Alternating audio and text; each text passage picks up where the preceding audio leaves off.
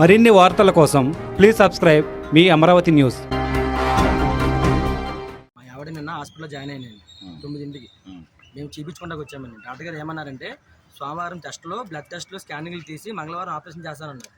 Plus నిన్న operation ఏం లేదు అని చెప్పారండి. లేకపోవడంతో మా ఆవిడకి ఆపరేషన్ చేశారండి. నేను 4:10కి ఆపరేషన్ చేశారండి. 4:40కి నాకు అప్పచెప్పారండి నా చేతి. నాకు కూడా ఐసీయూలో కూడా 24 hours పెట్టడం, అబ్జర్వేషన్ పెట్టడం మానేసి జనరల్ వార్డుకి ఇచ్చారండి పైన. నేను నా బట్టలు అన్నీ నేను తీసుకుని నా చిన్న పెద్ద కూతురు తీసుకుని పైకి వెళ్ళానండి. పైకి వెళ్తే నన్ను రూమ్లో అబ్జెప్పేసి వెళ్ళిపోయారండి. ప్లస్ రిసీవింగ్ ఒక నర్సు లేదండి, ఒక సెక్యూరిటీ గార్డ్ లేదండి. నాకు కూడా వచ్చిన అతను స్టేషన్ అతను 500 అమ్మని అడిగాడండి, నన్ను డబ్బులు అమ్మన్నాడండి. అది బ్లడ్ మొత్తం నేనే క్లీన్ చేశాను, మీ ఆవిడ గారిది. నాకు 500 అని అడిగాడండి. అన్న నేను ఎందుకు వస్తానన్నా, నా పిల్ల మా భార్య దగ్గర ఎవరు లేరు కదా, చిన్నపిల్ల చూసావు కదా, పెద్ద పిల్ల చిన్నపిల్ల, నేను వస్తాను ఎందుకంటే కింద ఉంటాను నేను, ఆపరేషన్ థియేటర్ గారు నువ్వు వచ్చి నాకు ఇవ్వి అన్నాడు.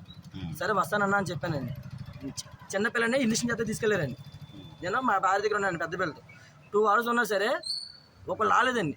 ఒక నర్సు కానీ డాక్టర్ గారు కానీ అసలు ఎవరు రాలేదండి. ఒక సెట్ డెలివరీ అయిన కాడి నుంచి ఏం జరిగింది అసలు సాయంత్రం? అదేనండి, నేను లోన్ తీసుకెళ్లారు, జనరల్ వాడికి తీసుకెళ్ళిపోయారు. లోన్ ఉన్నానండి 2 hours దాకా నేను ఉన్నాను.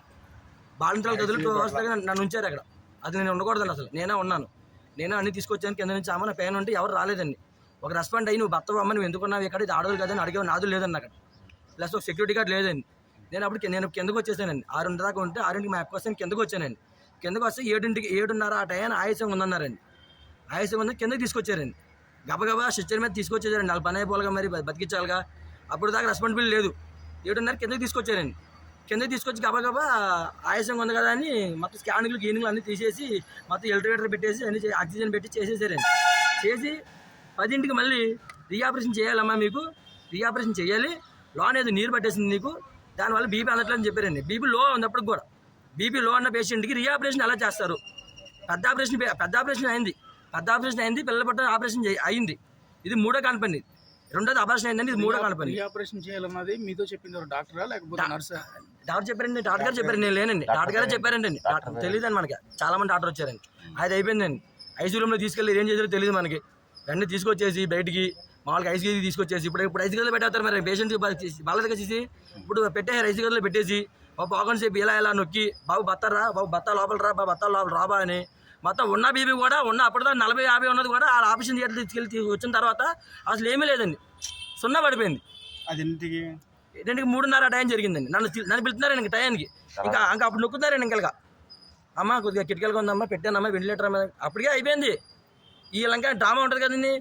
2:30 కాడ నుంచి ఇక్కడ 4 దాకా ఒక 30 మంది డాక్టర్లు వచ్చారండి. నేను పైకి తీసుకున్న 2 గంటల్లో ఒక నర్సు కూడా లేదు. కానీ సీరియస్ బతుకున్నప్పుడు ఏం చేయలేకపోయారు, చచ్చిపోయేటప్పుడు వచ్చారండి వీళ్ళందరండి.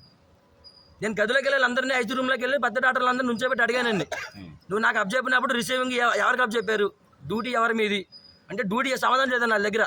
నువ్వు రీఆపరేషన్ ఎందుకు చేయాల్సి వచ్చింది, లో బీపీలో ఉన్న పేషెంట్కి రీఆపరేషన్ ఎందుకు చేయాల్సి వచ్చింది, మీరు ఎందుకు చేశారు రీఆపరేషన్ నాకు చెప్పండి, రీఆపరేషన్ నాకు సీసీ కూడా నాకు ఇవ్వండి. అది మీరు అదృష్టం 24 hours ఎందుకు పెట్టలేదు, పెద్ద ఆపరేషన్ అయిపోయింటికి అది పెట్టలేదండి. అసలు ఐసీలో పెట్టలేదు, ఏం పెట్టలేదు. డైరెక్ట్ జనరల్ అప్ చెప్పారండి నాకు. ఎందుకు అప్ చెప్పారండి? 24 hours అబ్జర్వేషన్ కూడా పెట్టలేదండి. వాళ్ళు సీరియస్ ఉన్నప్పుడు చూసేసారు, ముందు ఎందుకు చూడలేదు. అలా చంపేశారండి. వైద్యుల నిర్లక్ష్యం వల్ల నా భార్య చనిపోయిందండి.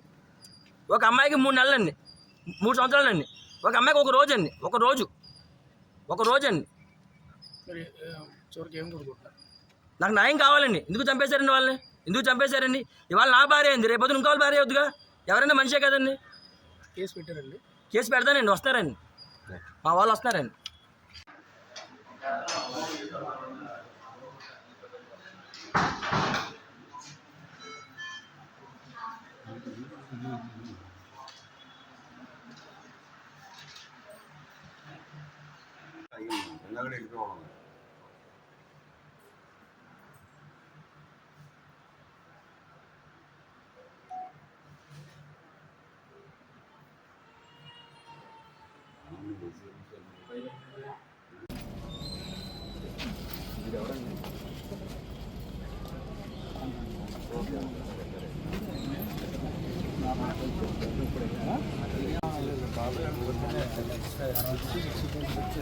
సైడ్ కొద్ది సైడ్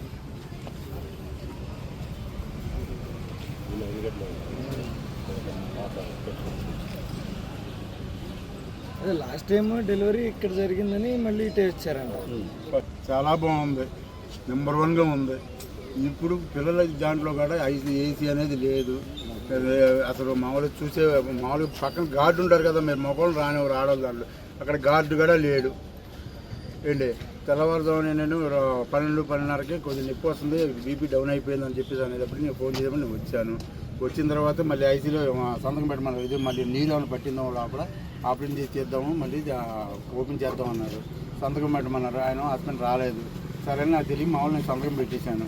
మళ్ళీ ఆ సిచ్యువేషన్లో పెట్టాలిగా పెట్టాను. పెట్టిన తర్వాత లోపలికి తీసి ఆపరేషన్ చేశారు. అది జరిగింది. మనరాజు బాగా బాగుందండి, చాలా బాగుందండి. ఈ మరి చండాలు అయిపోయిందండి.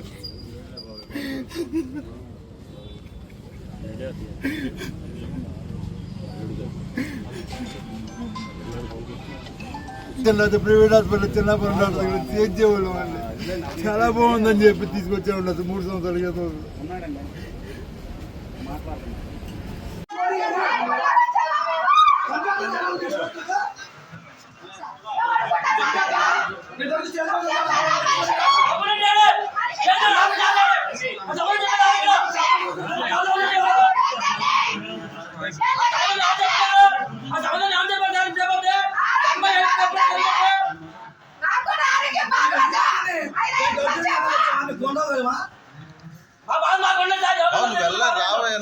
రమ్మంట చూడమంట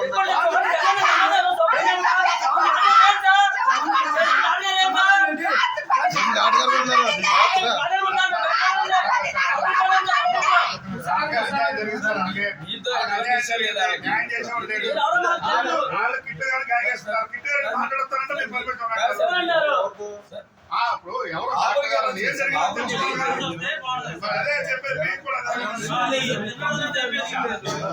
చెప్పారు.